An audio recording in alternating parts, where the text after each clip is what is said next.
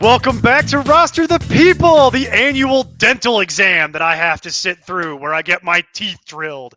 It's the Los Angeles Chargers show, my least favorite day of the year, as I sit and am subjected to the two Chargers fans that I work with, the only two people that will sign up to do this show out of our entire staff, as they sit and wax poetic about their favorite topic that makes me want to vomit. I'm Neil Smith. Welcome to my living nightmare. Joined by always as at that F nerd, Jason Draven, and at Mike Burland. I struggled really hard to not just put the poop emoji behind me for this show, but I feel like I would have gotten some negative comments about that. I hate this team. I hate this show. I have very little nice to say, and it's getting late, and I'm grumpy. So we are going to just go for it. Today is August 7th. Tell me how you really feel. If anything I say sounds, or we say sounds dated, it's because today's the 7th of August, as I just said. Tune in for the wrap-up show where we'll update any takes that need to be updated, although I don't think it's going to come up with this team unless something crazy happens. As always, this is your 2024 draft guide, effectively, where we are going to go through every team by team, updating all the rosters, giving you the information you need to know to successfully draft here in 1 month. This is based on 12-team PPR redraft format, standard draft, 16-round draft. You'll hear a lot of ADPs and rankings that is part of this. They come from Fantasy Pros and their ECR as well as their ADPs. Jason and I do our own individual rankings. They are slushed in with the ECR. If there's anything dramatically different, we will reference our own rankings along the way, as well as notes for other formats, especially like 2QB, things like that, as we kind of muddle along through this. Check out that wrap-up show. Join our Discord. Tell me how wrong I am about hating the Chargers. That's fine. I already got your click. I'll take your engagement, and I'm going to do my best to not be the world's saltiest peanut in the world. But I will say I'm not kidding when I feel like this is like it's like having my teeth drilled. It is what this turns into pretty quickly. And I think you're going to find out why, as these two do the majority of they're going to do their normal dance where they intentionally try to annoy me. And that's not that different as it relates to that one. That's kind of our whole shtick. This one doesn't normally join in on that, but this show he tends to come off the top rope with the people's elbow. So with that, I'm just gonna lay it out for you, gentlemen, and you go crazy. Quarterback once again is Justin Herbert. Poor old Justin Herbert. He doesn't deserve this. Poor little old Justin Herbert. He opens as the QB 17, which should translate in the ECR to 102 overall. His ADP is 112. Before you guys do your thing, I'd like to just point out that that's insane. Because in a 12-team league, why the hell are you drafting 17 quarterbacks in 9-10 rounds? What are you doing? Why are 17 quarterbacks being drafted like that? Because people decide they need a backup, and it drives me insane. Like, you're ruining my waiver wire. Leave them alone. Grab your one and be done with it. Especially, I believe people need a backup. People need a backup. But why are you taking a backup there? And why is he the fifth backup? Correct. That's the other issue. Like, what? Yeah. People also think they can. Oh, I can trade him, and it's like, no, you can't. You can't trade quarterbacks in one quarterback leagues. No one's doing that.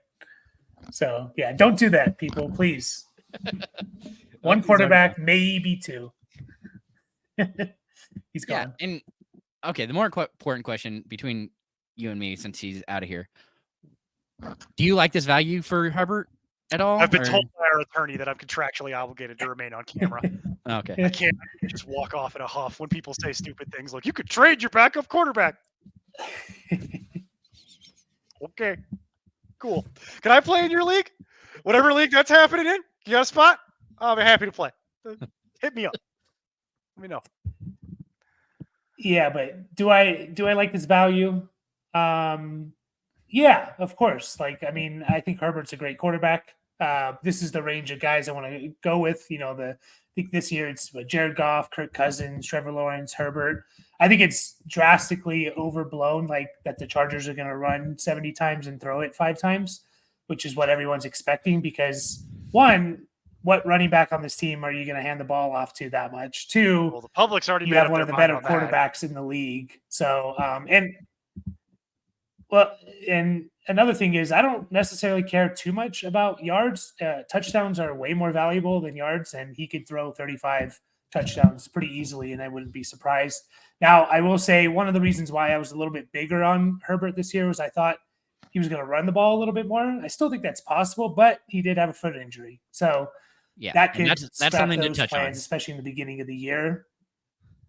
Yeah. because So the injury is I actually. was kind of expecting, Go ahead. go ahead. Okay, so the injury is actually his plantar fascia. That's a big issue. That's something that lingers. Yeah. So we saw today that he is in a boot during practice, and so something to keep an eye on. We're hoping that the boot helps. More often than not, it's really the stretching that helps. To talk about Edwin, to reference Edwin Porras, who, if you don't follow on Twitter, you should. Edwin Porras will tell you that a plantar fascia injury takes, like, I don't want to put words in his mouth. Follow him. He did a whole write-up on this. But it takes weeks and weeks and weeks to heal, and it's very easy to re-aggravate, to Jason's point. It's one of the most common re-aggravation injuries you can do. And this is also, for those of you with a very long memory, and I'm dating myself by even getting into this is the thing that happened to Antonio Gates. Weirdly on the same team. I don't know. I'll bring it up till 5 years after I'm dead, Mike. Because if you're going to sit here you are a Chargers fan. Nope. I'm a Kent State University. I'm a Kent State University graduate and required to follow Antonio Gates as such. Thank you for understanding. That's the same reason why I know about Josh Cribbs. It's the whole. And like everybody doesn't. No one under 30 even knows who that is. So it's like that. There you go. But no, Antonio Gates had this problem. He actually had it in both feet, and it's one of the most. To hear him describe it, it was one of the most painful things. Weirdly, also, I know this is a weird flex, or not flex, weird comment, but go with me here. My mom had this injury. I have this injury. My mom explained this to me in a weird way. And she's not a pro athlete, but my mom explained to me how painful this is just trying to walk around. And it's like, I could only imagine. And this isn't about like toughness or anything. It's exceedingly painful. And to hear Antonio Gates describe it, it's like the bottom of your foot is disconnected. So it's like wearing slippers made of your own skin that slide when you walk around. And I'm like, I don't need that, Antonio. Why are you explaining this to me because that was how many years ago? And I still remember it. I remember the description. It's like burned into my memory because it was so graphic. So yeah, it's something to talk about with Herbert. His mobility is going to be an issue. And if he does tweak it at all, it's going to get progressively worse. So don't expect a lot of running here. Yeah, it's definitely going to hurt that portion of it because, again, I'm pretty sure everybody had him being more mobile this year, myself included, but that definitely puts a damper on it. It's just, again, you have so much you can do to help build up the muscle around it. Now we have a lot more because, like you were talking about, Gates happened, I think, in 2010. So that was 14 years ago, 2010, 20, around that era. So I've never felt older. The whole sentence just hurt like so bad. Yeah. So with that in mind, I mean, it is a very painful injury. Especially, thankfully, he doesn't have to run a whole lot, but he does have to take 4 consecutive steps back every time he throws the ball on pretty much every play. Unless he's in shotgun, I guess he could just stand there. That might be what they end up moving to, but still, you're going to have to move a little bit. And so pushing off is going to be an issue. I don't see it really affecting his throwing. I'm sure they're going to do all they can. Unfortunately, it is the Chargers medical staff. So he still has both lungs. We'll work with that and just keep moving. Other jokes people don't understand. God. I just that's how I got the job. So that is fair, actually. That is the screen. I have the screen test footage somewhere. And so, yeah, I mean, at this value, this is where people are normally looking. I'm fine. I mean, it's kind of expensive, but it's fine. I mean, because he doesn't, like we said, he's not going to rush. That's going to be very much taken out of his repertoire, at least for this year. I'd be surprised if he breaks anywhere near 150 yards. Like that's not a whole lot, but it should be enough for him. And so you're really hoping and banking on touchdowns. So luckily, we have a new coach who is really good with helping feeding into the quarterback's ability. And I think that we've seen him a lot with a bunch of different quarterbacks, and he really builds into that. And so everybody expects him to run. Well, that's not really the case when he has somebody who can throw. I'm really happy with the Herbert here. Everybody's really scared on it, thinking they're going to run more. I don't see that as quite big of an issue as everybody's expecting. So good price for what it is. It's kind of baked in. I'm sure he's going to drop more now, especially with the injury and people saying that he's in boot and it potentially being in the front of people's minds. So it's because I'm sure they'll take advantage of putting him on the Jumbotron with him in a boot and him on any preseason games in a boot. And so that'll just drop it even more, and he'll be a really great value for you guys on draft day. So. No, I'm kidding. Anything to add to that, Mike? No, I kind of expressed it before. Like, this is the range of guys. I'm happy with Herbert. I'm obviously probably going to be, maybe looking somewhere else a couple rounds later. But yeah, I do think it's very overblown. Is he going to throw for 5,000 yards? No, or 700 times? No, but he could easily throw for 4,235, and that's going to be a low end QB1. I'm passing. It's. I don't trust this team, as you know. I actually like Herbert the player, but the plantar fascia thing, he's come down from it, but not enough. Especially when I can get half a round later, I can get Trevor Lawrence, and then 5 picks behind that, I can get Kirk Cousins, and then a round after that, a full round, I can get Aaron Rodgers, and then I could also get Matthew Stafford in the same range, and then I could get Baker Mayfield a round after that. So it's like, is there that much of a difference to me between Herbert and any of those guys? And the answer is no. So based purely on that, I leave Herbert alone. It's just too much. Like, it's not a bad value, but when I can get a bunch of guys, and then I get Matthew Stafford even later. So it's like, based on that, it's like, I'm just going to keep waiting. I'm just going to let someone else deal with Herbert, and I'll get 2 of those guys later. And that's the way that I'll deal with it. So Herbert is, boy, how the mighty have fallen, because it only took 1 year, and he cratered out of the top 10 after what he put people through last year.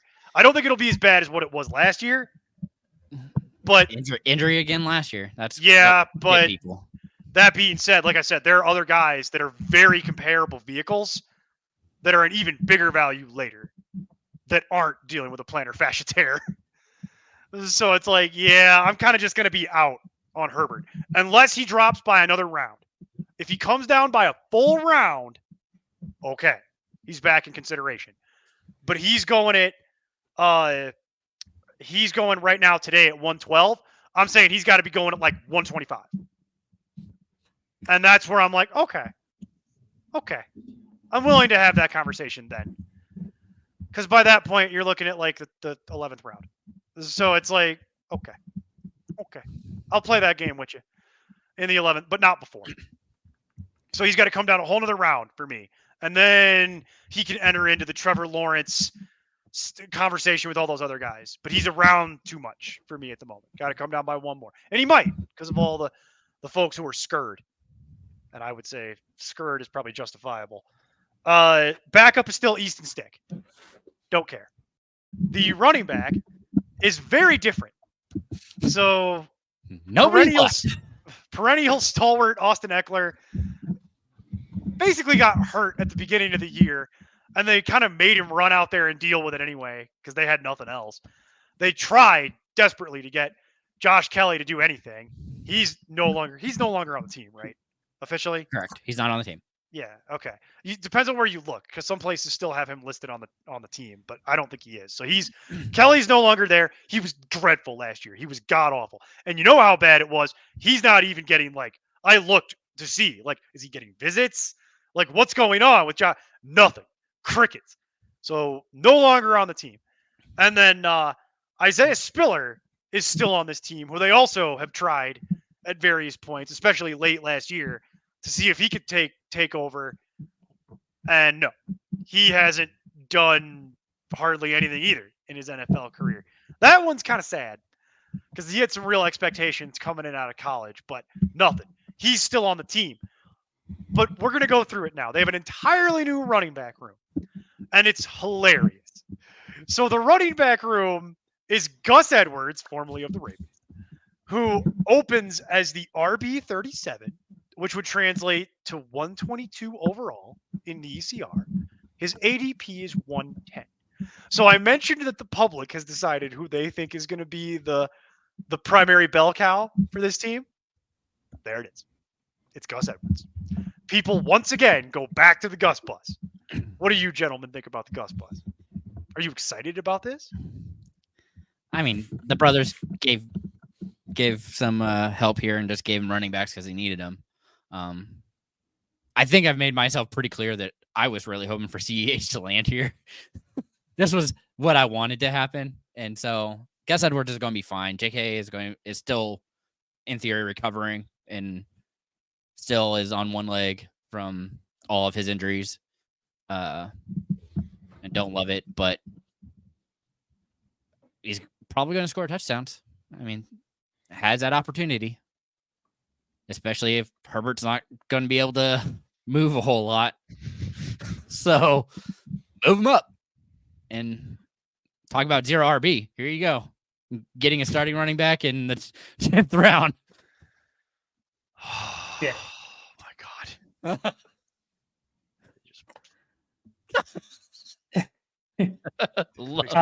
Everything about that made me want to throw up. Thank you. I had to tamp it down. You're welcome. Happy to help. Yeah, you asked if we're excited. I don't know if you could be excited about Gus Edwards ever. The public really, is.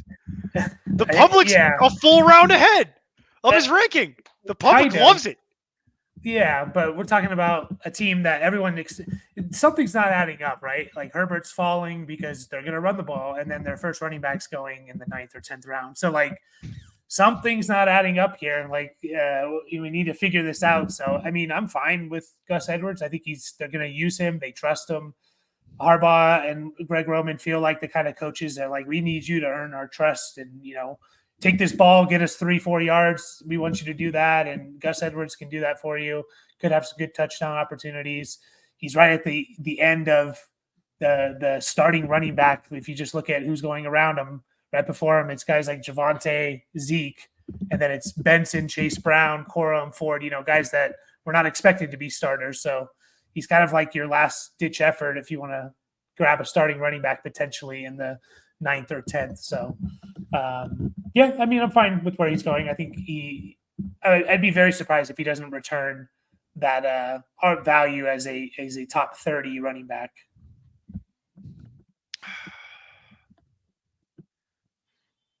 Can't really argue about how he's like one of the last trains out of the station as far as that goes. I will tell you that Jerome Ford goes like right in that same neighborhood, and I would much rather have Jerome Ford than Gus Edwards at this point. We'll do that during the wrap-up show because Nick Chubb is not reportedly close to playing at all, and that might come up throughout the season. But yeah, I'm not loving the Gus Edwards. I do agree though that is the last train out of the station. So if you're looking for a guy that's going to be a starter and have most of a job, we think, that's the last train out. It's the last chopper out of Nam, is the Gus Edwards chopper. That's it. There ain't nothing else after that. So it definitely is attractive in that way, where,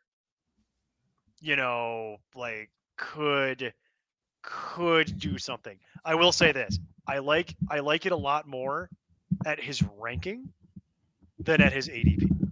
Sure. The ADP is like, yeah, I think you guys are getting a little aggressive at that point, but I do understand it's the last guy, and that always happens when you get to that last running back cliff, where it's like, no, this is the last guy, you got to get him.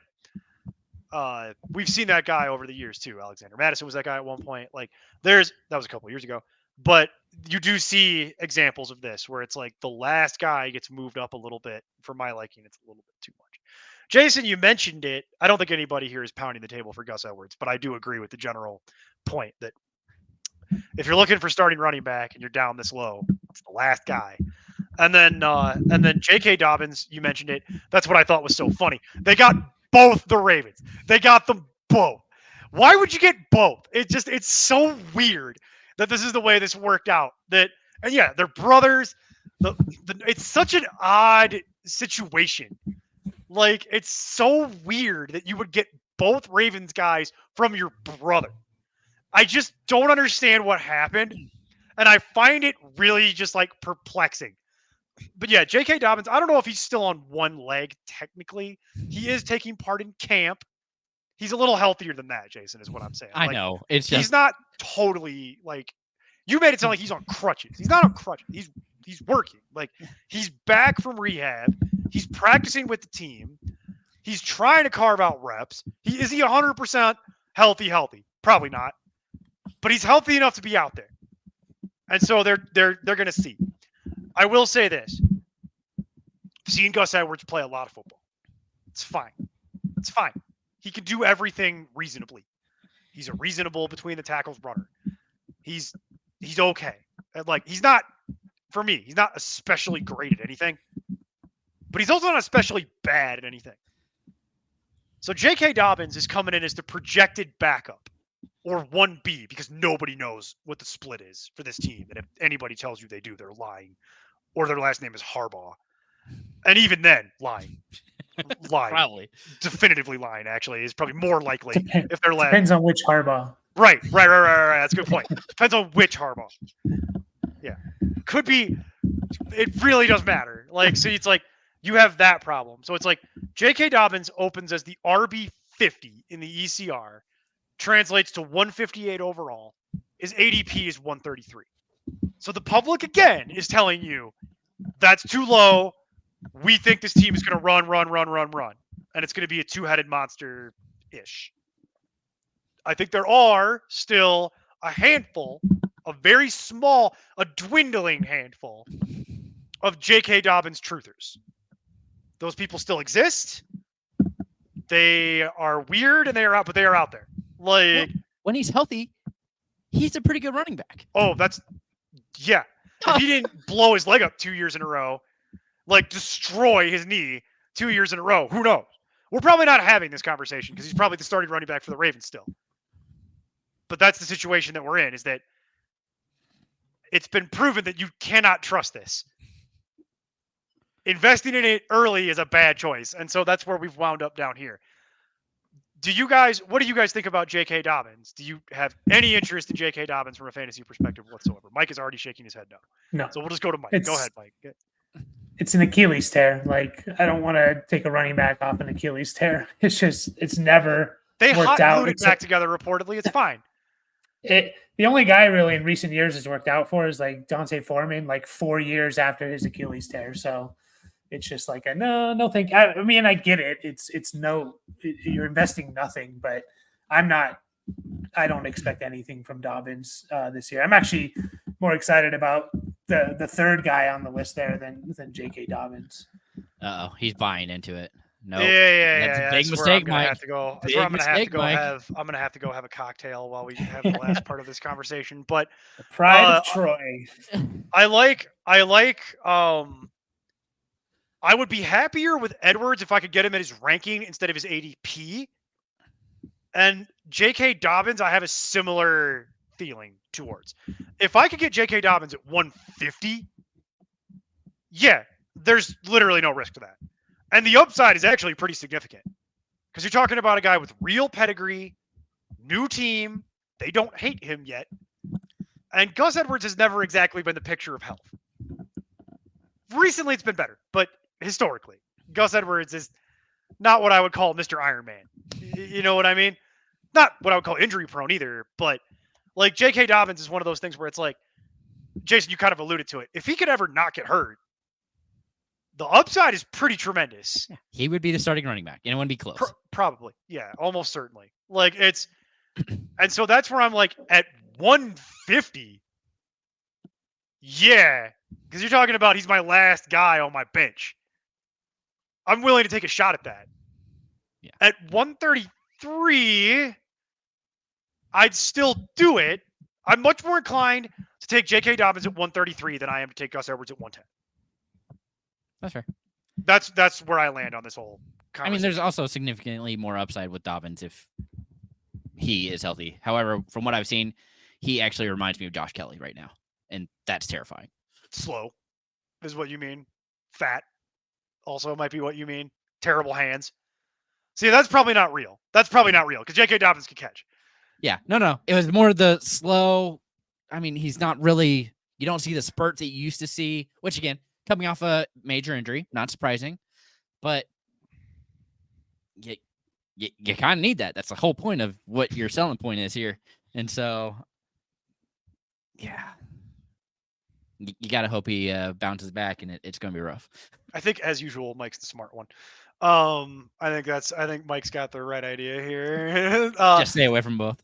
Probably, and then I will disagree with you on what's about to happen. And I'm just going to let Mike do his thing. So they drafted another running back, which just to me tells you everything you need to know about Isaiah Spiller.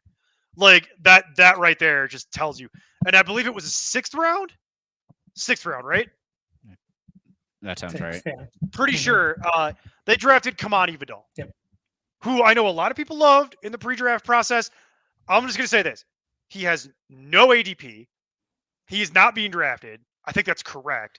Sixth round draft capital is very poor. And the only positive I have for Kamani Vidal is I did like his tape coming into the league. And with that, Mike, why should people be excited? Why should people care who Kamani Vidal is? Why should anyone care? Well, where we stand now, if it stays the same, where it's Edwards and Dobbins, and that's how they're going to roll into the season, yeah, I'm probably not going to be drafting Kamani Vidal. But we're painting a picture of we have a team that wants to run the ball. They're going to be successful at running the ball. We have a 29 going on 30-year-old Gus Edwards. They're going to want to run the ball. Will they be successful at running the ball? O-line says yes.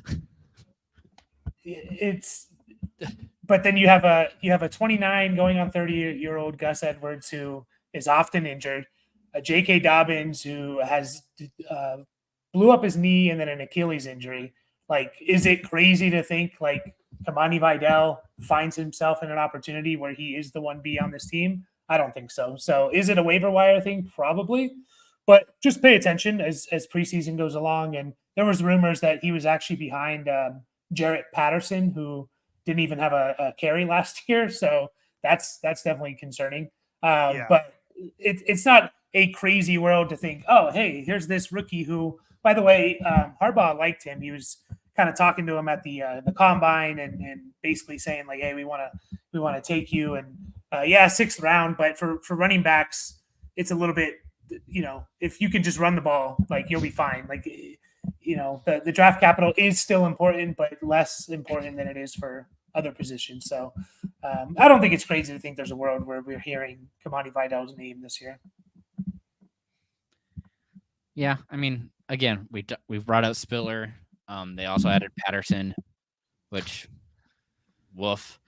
And Patterson is not good. I didn't even put him on the list. I know. I'm not even convinced he makes the team. No. He couldn't even make that stupid Commanders team that's a dumpster fire. Correct. Like, it's like what? And I'm not talking about this year's Commanders team. I mean, like, last year's Commanders team, which was infinitely worse. Couldn't even hold on to that. It's really bad.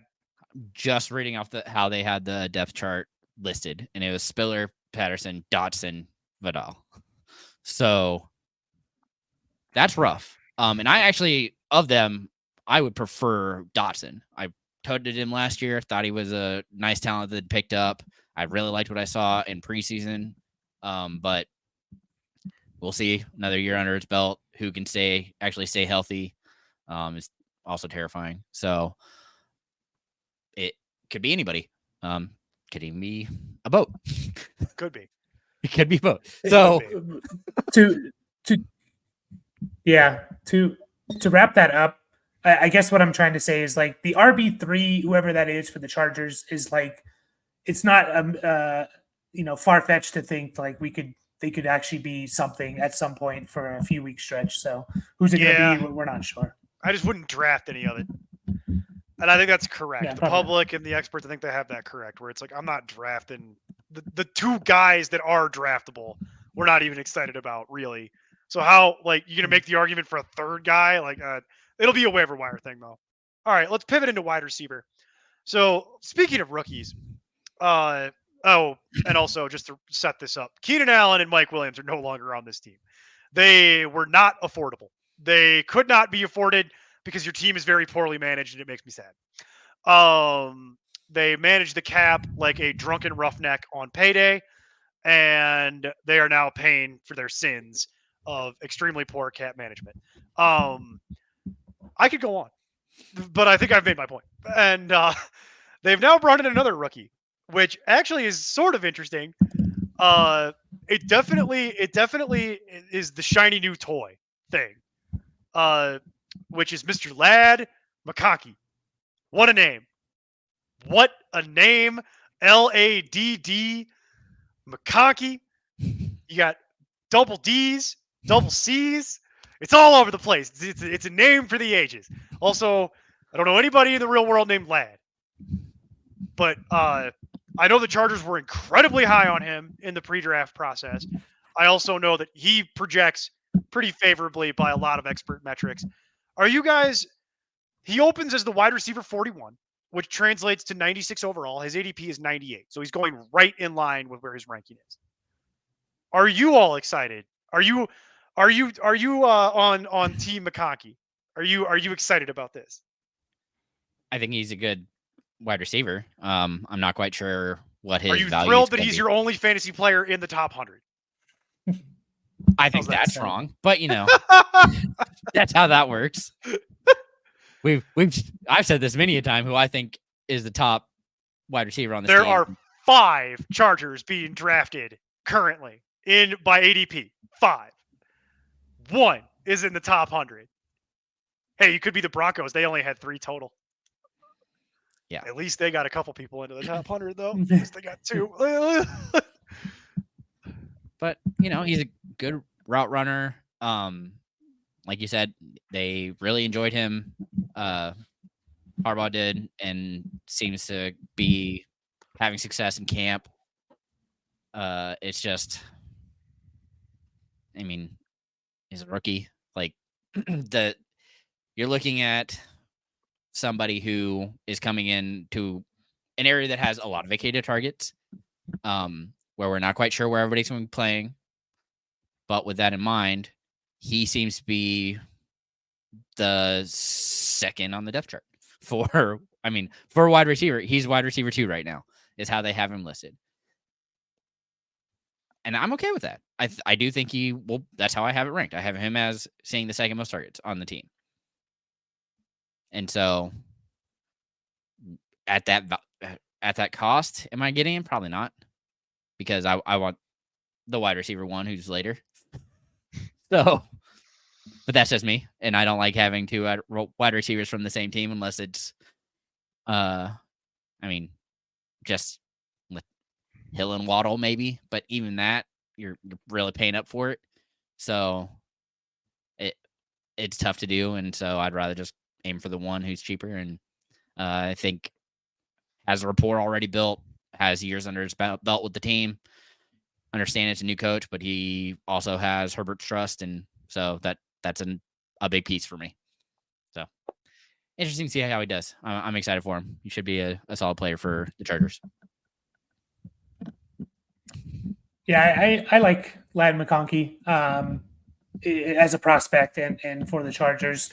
He is already dealing with an injury in camp, and he's missing time. And for rookies especially, to miss this early time is very, it's not good. For anyone to miss time, it's not, but definitely for rookies. And that was kind of his issue in college was, battling through injuries and things like that. So keep an eye on that. I don't hate where he's going. I don't love it. I did hear they are using him more than just in the slot. I think it's easy to say, oh, he's a slot player because he's, a smaller white guy, and it's just easy to kind of think of that. But he can play on the outside potentially. How dare you insult Jason like that? I do think he can play on the outside. They were using him. I'm 6'2". You can't say that about me. Sorry. Like, yeah. So I don't hate it, but if he continues to be injured, I'm probably going to be out if his ADP doesn't drop.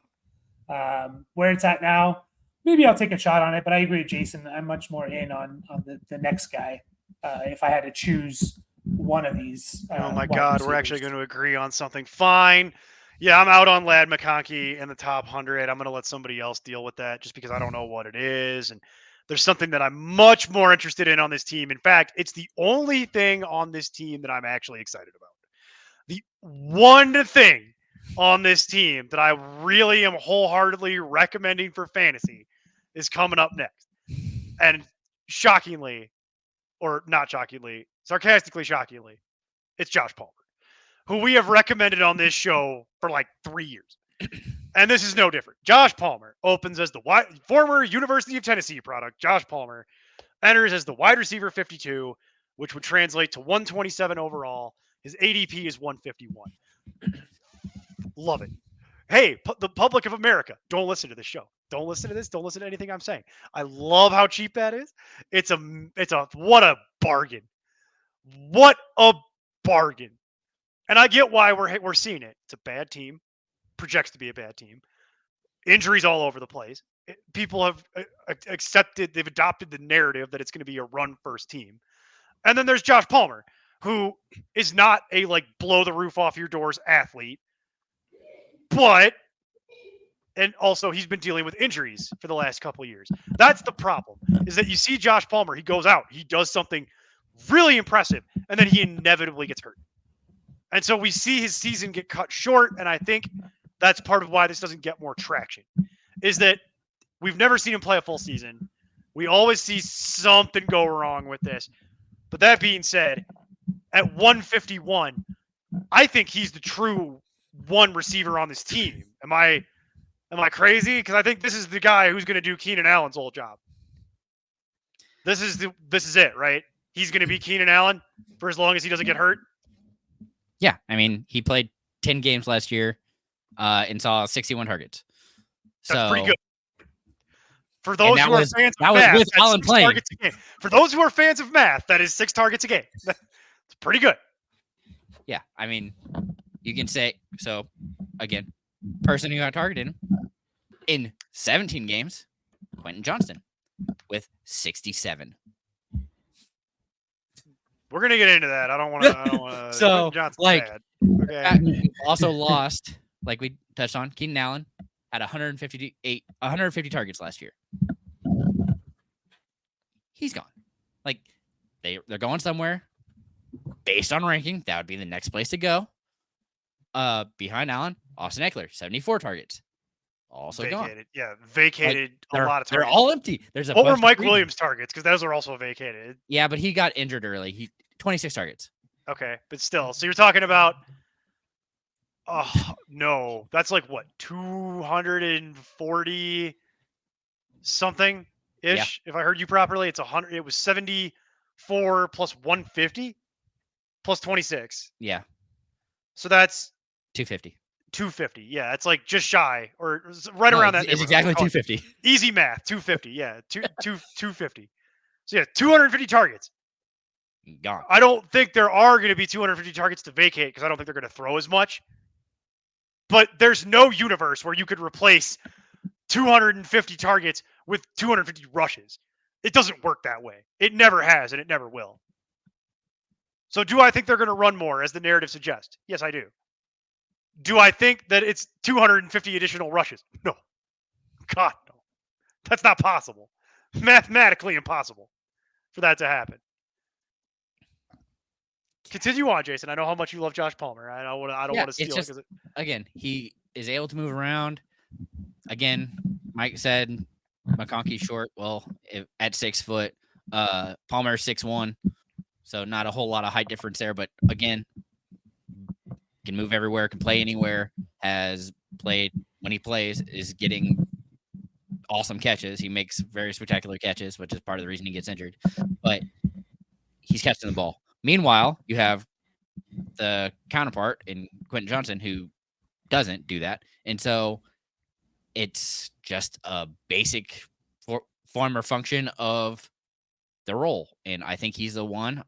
If he can stay healthy, I would say that he's probably closer to that 150 target pretty easily range that Keenan Allen was at, because I expect him to lead it and him be the guy, and that's only really adding 80 targets to his workload from last year. So it's they didn't add any pieces that really have me super nervous on. They don't have the money to add any of that. Like they don't have any money. Next year's a different conversation because they will do something long term. But for this year, they're broke. Like financing McDonald's on a credit card broke. Like broke. Like that's your problem. So for this year, you kind of deal with what you can deal with. And for right now, Josh Palmer's on the team. Mike, what do you think about this? You kind of alluded to it. Where are you at here? Yeah, everything's lining up for Josh Palmer to get like significant work. I mean, just thinking about it with Ladd McConkey being injured, not getting that time with Herbert, Josh Palmer already has that chemistry. They're going to be in 2 wide receiver sets a lot. So that already limits, like, there's only one other wide receiver. Of course, there's going to be tight ends, but their running backs are not going to be catching the ball because they historically don't. Their tight ends are not that great. I mean, their running back's not named Austin Eckler. I mean the 2 new guys they've brought in historically. Yes. Okay, I want to clarify that because for the people at home, the Chargers running back does catch passes typically. Not anymore. No, not anymore. So like literally everything is lining up for like Palmer to get a huge workload. Like whether that should be the case, should Josh Palmer be getting 120 targets? Probably not. Don't think it matters. It doesn't matter for fantasy. And it's going to happen. And we just talked about like Herbert's going to throw for 4,000, 4,200 yards. And a lot of that, I think, is going to go to Palmer. Like we just could be just getting a big volume. We don't really talk about volume receivers, more about running backs, but like Palmer could just be one of those volume receivers this year. Well, we do normally talk about volume receivers, but they're usually near the very tippy top of the rankings. That's what's so attractive about this, is that you could make the argument that at this point in his career, Devontae Adams is a volume receiver. That's a second-round pick. So I'd say anybody that's in line for 120 targets that you could get outside of the top 10 rounds, which is what this is comfortably, this is wrong. And this to me is one of the biggest values in the 2024 draft is Josh Palmer, to the point where I'm willing to, like, if his ADP is 150, I'll draft him 2 rounds ahead of that, possibly even 3 if I'm desperate. Like, I'll take him at his ranking of 127. You know what I mean? And I won't really have any problem with that, because even then, if he got hurt again, that was a 11th round pick. The hell do I'll live. You know what I mean? I'll live. So you're talking about being able to get a high-end flex, low-end wide receiver 3 that has upside still somehow. That at that point, that doesn't happen very often. This is just wrong. It's just wrong. It's fine. People are wrong about stuff. It happens. We're wrong about stuff. It happens. We don't talk about it much, but it happens. It happens. There's things like that. This is incorrect. I even think the ECR ranking is wrong. Like, I think all of it's wrong, soup to nuts, and that's great because it means that you can, for once in life, we can get something at a proper discount. Real discounts are happening here. We've talked about it a couple times. And it's weird because we all agree on this. It's odd. Like, it is odd because normally maybe 2 of us will agree, but not all 3. It makes me sad that I play with you people in so many leagues because it means that I'm never going to get it. And then Quentin Johnson is the other one. You mentioned it a few times. Quentin Johnson. I hate Quentin Johnson. I hated him in the pre-draft process. I hated him when you drafted him where you did. I don't like his game, and there you go. I don't. Should have been Zay Flowers. Yeah, well. I know. Yeah. I'm still upset about it. I'm going to say it every time. That tree is far away. That's where we are. It's So, the other Harbaugh. yeah, Quentin That's Johnson. the one we should have gotten from him. Yeah, that was Dang never going to happen. Never going to happen. Quentin Johnson opens as the wide receiver 75. Boy, I remember when the hype train for this was very different. Quentin Johnson opens as the wide receiver 75, which would translate to 186. So he would be at the very end of your draft. Like 6 picks before the draft is over. His ADP is 202. Oh, how the mighty have fallen. And I would argue that this is correct. Quentin Johnson should not be being drafted. I have no interest in this.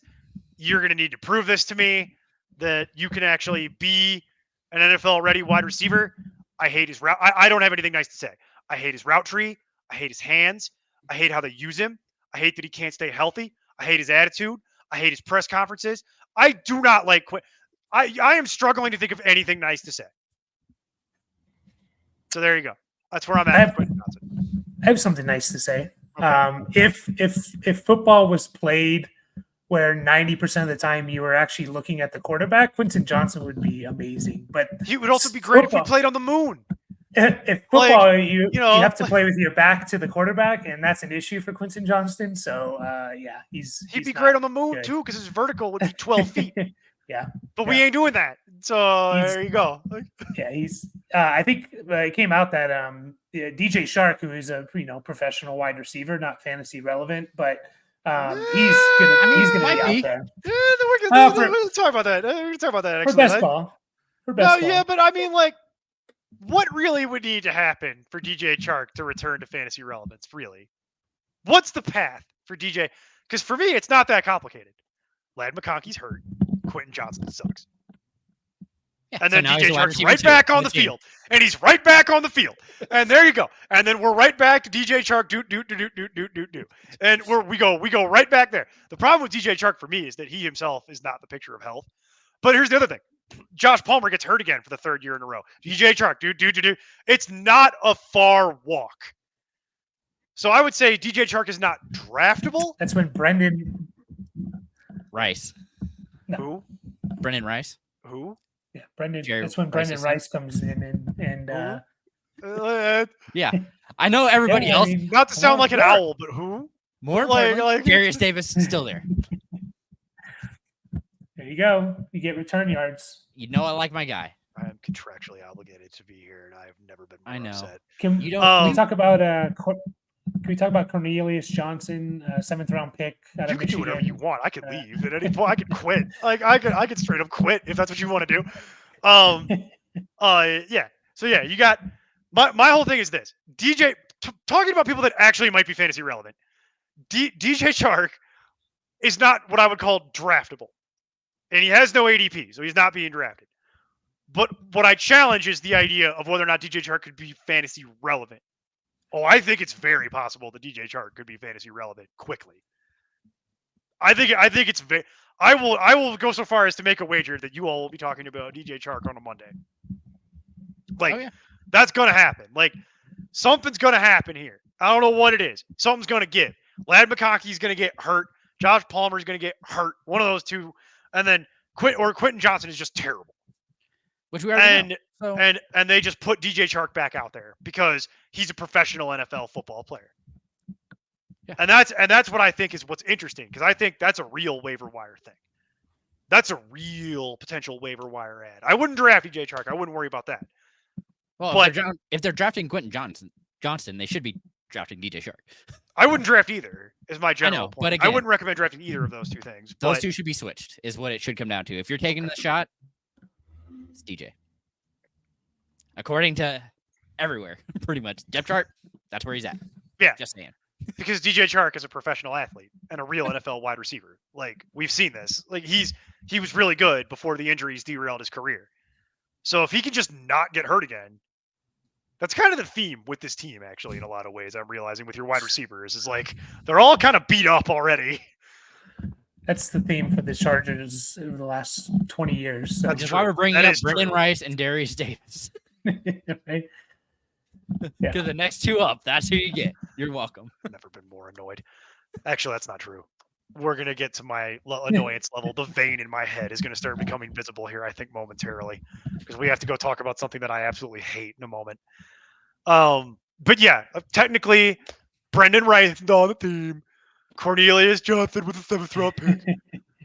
I don't care. Like, do you have any idea how far down the waiver wire we would have to go for that? Any of that to matter for fantasy? Like, you're talking about points for kickoff returns and punt returns. Darius Davis, still. Yeah. One of the most explosive athletes.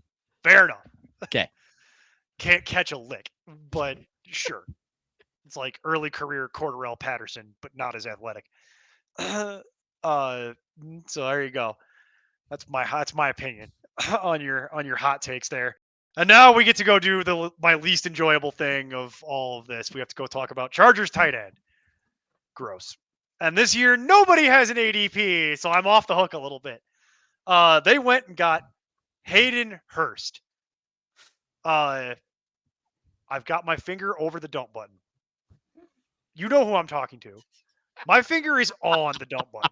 If you think I won't dump you and end this show, I will straight up do it. Like, go ahead. Put one name on. No. Go ahead. Do what you want. But just know that I'm going to react how I'm going to react. And that's how it's going to be. So here's how we'll do it. The Chargers tight ends, none of them have any ADP. Here are your Chargers tight ends for 2024 that no one is drafting at any level correctly. Hayden Hurst, Donald Parham, Will Dissly, Stone Smart. Discuss. I would here, I'll do my part. Don't draft any of this. It's all terrible. There you go. Do not draft any of this under any circumstances. I would argue that this has no relevance.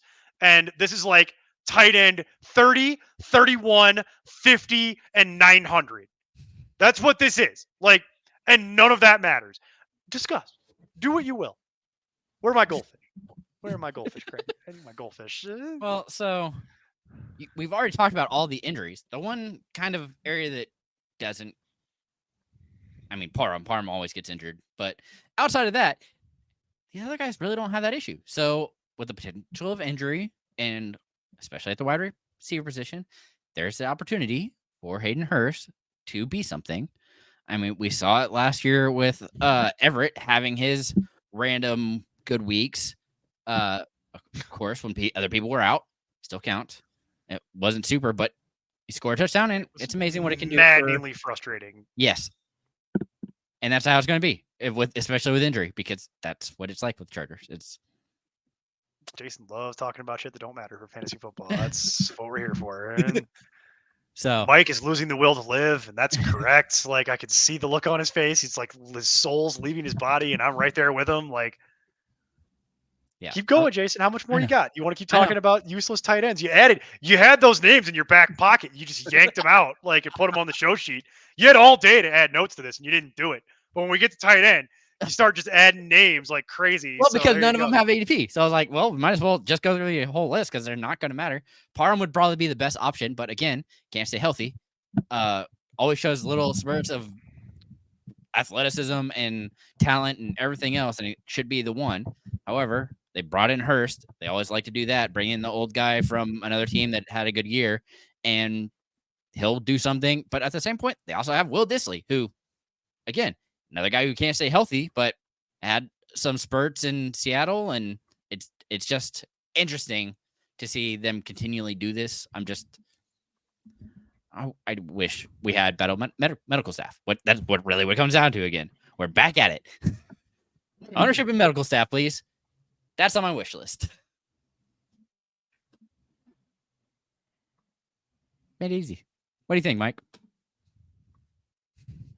Who's your favorite tight end? I mean, just I wouldn't be surprised if we are talking about Hayden Hurst on the waiver wire show. You know, just Greg Roman, Ravens. He definitely uses tight ends in his offenses: Vernon Davis, Charles Clay, Mark Andrews. But I don't think it's draft worthy. But I wouldn't be surprised by week 3 or 4. We're like, hey, pick up Hayden Hurst. Again, former Raven, right? Yep. Wasn't that his first team? Yeah. Long time ago. It was. Yes. First round Still pick. Oh God, I forgot he was a first round pick. That's right. I think in the same draft as Andrews, I think. Yeah. I think they got both of them. But we can, if you want, we can talk about why Antonio Gates didn't make it into the Hall of Fame this year. I think that's a travesty. If you want to kill for another 20 minutes or so. There he goes.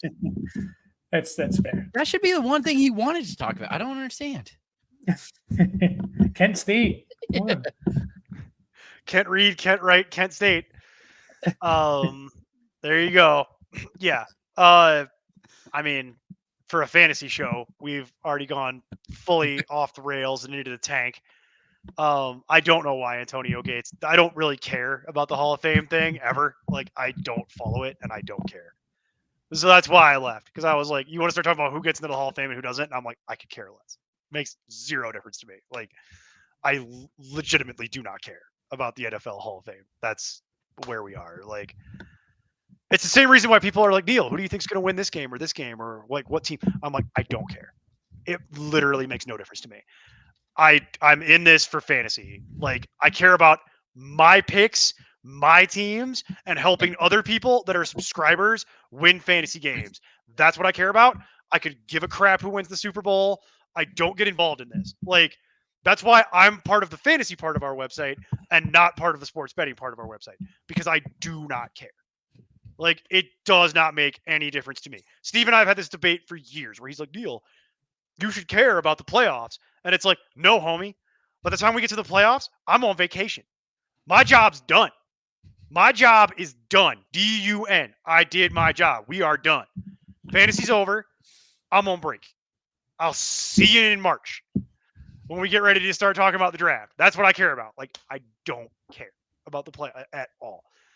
I find it to be a huge waste of time and to be a giant distraction. It's boring. Same thing with the Hall of Fame, where people are talking about the Hall of Fame. I'm like, boring. Like, I have the same reaction to the MLB Hall of Fame too, by the way, where they're like, oh, Cooperstown. I'm like, boring. Don't care. Like, not relevant. Like, that's like, and weirdly, I think the baseball thing is actually more entertaining. So it's like, you want to know the only thing NFL Hall of Fame that I care about is Devin Hester. That's it. The only thing I care about Hall of Fame related. That's it.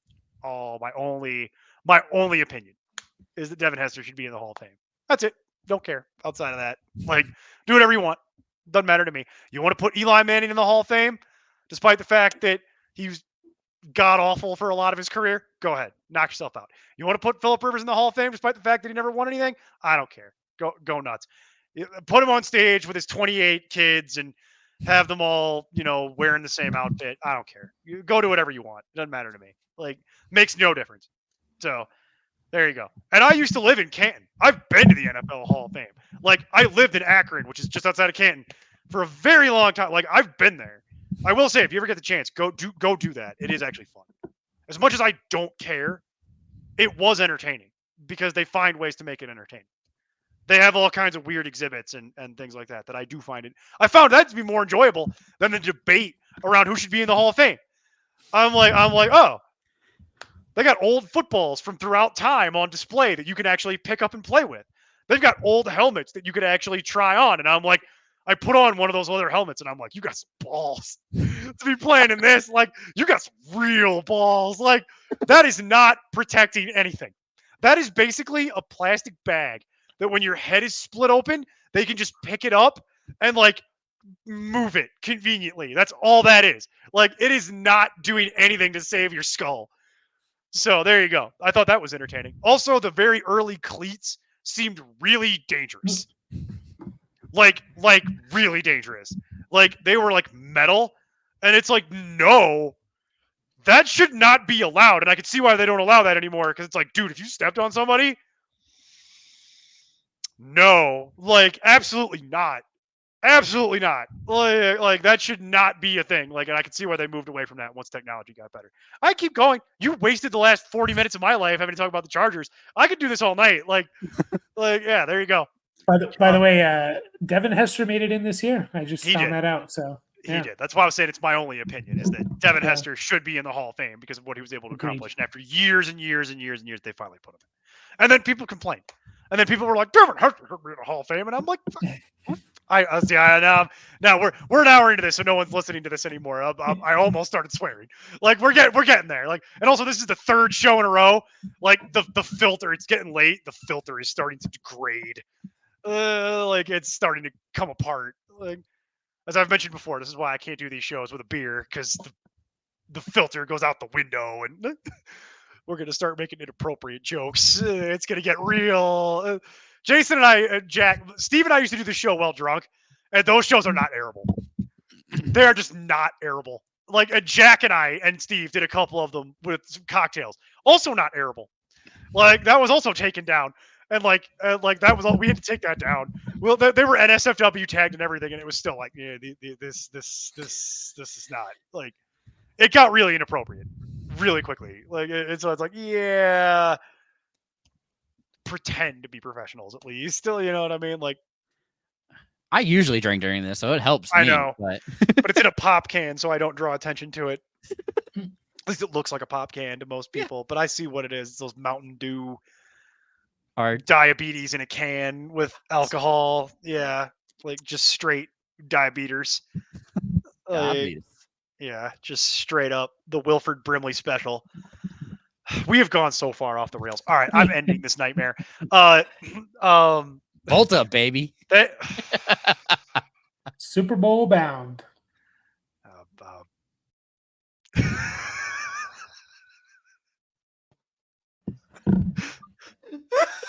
You two, I love working with the two of you. I do, but this show every year just tests my patience in a very real and measurable way. Like it's just like you love it. I don't. I tried so hard to find somebody else to do this, and they just are not available. And I'm like, expletive deleted. I have to do this for 2 years in a row.